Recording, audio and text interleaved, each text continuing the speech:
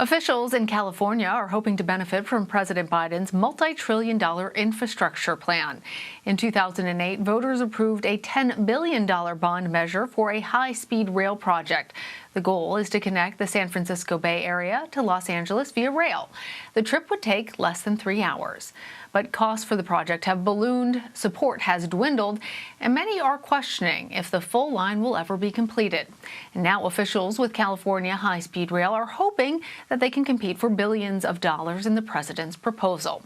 Debra Kahn is the California bureau chief for Politico, and she reports on this issue and joins me now. Hi there, Debra. I'm hoping you can provide us with a bit of context. What are some of the factors that have hindered this project, and where do things currently stand? Yeah, so this high-speed rail project has been under consideration in California for decades, since the 90s. And so it first got funding in 2008. It was supposed to connect LA and San Francisco under 3 hours by 2030. And then eventually San Diego and Sacramento further south and north after that. Since then, there have been kind of the various delays that you generally get when you're doing a big infrastructure project like this. There have been a ton of lawsuits. There's been cost overruns and delays, and now the pandemic, and then just a basic lack of long-term funding is the main issue. And so now the goal is 171 miles between Bakersfield and Merced, which is in the Central Valley, by 2029. So that'll be the first place they plan to start actual service. And then they're also working on projects concurrently in Los Angeles and the Bay Area on stations that will eventually connect. So that's where it currently stands. So you heard me say that officials with California High-Speed Rail are hoping that President Biden's infrastructure plan might give them some much-needed financial support. Do we know how the Biden administration feels about this project? Is it something that the president or Transportation Secretary Pete Buttigieg have expressed support for? Well, in general, one would think that the Biden administration would be a big backer of this project. The Obama administration supported it, and Biden's a big rail fan. But we don't know exactly where they are. They have been kind of circumspect on it so far. The administration hasn't said a ton about funding it through his infrastructure package, which is huge, $2.3 billion. Pete Buttigieg has said it could potentially be supported. That's about all he said. And that could be because they know Republicans will criticize it, as they did last week at a House hearing on high-speed rail. But the High-Speed Rail Authority itself says that they see about $70 billion in Biden's plan that they could compete for. So they're very optimistic. They're hanging their hopes on the word potentially from Buttigieg at this point. So that's kind of where it stands.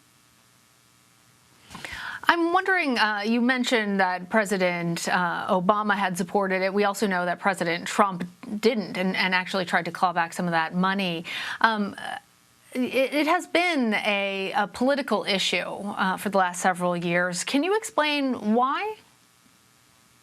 Yeah. So it originally started with bipartisan support. Arnold Schwarzenegger supported it when he was governor. Even House Minority Leader Kevin McCarthy supported it in some format when he was in the state assembly. The shift to it being a kind of straightforward, partisanly political football happened around 2010 when the Obama administration gave it a few $1 billion in stimulus funding, and that made it kind of more of a Democratic project and more of a target for Republicans. And then that was kind of exacerbated in 2019 when Governor Gavin Newsom gave a State of the State speech where he said there isn't a path to completing the full project right now. And that's what led to the Trump administration trying to take back about $1 billion of federal funding. So at the least, California does expect that the Biden administration will reverse that.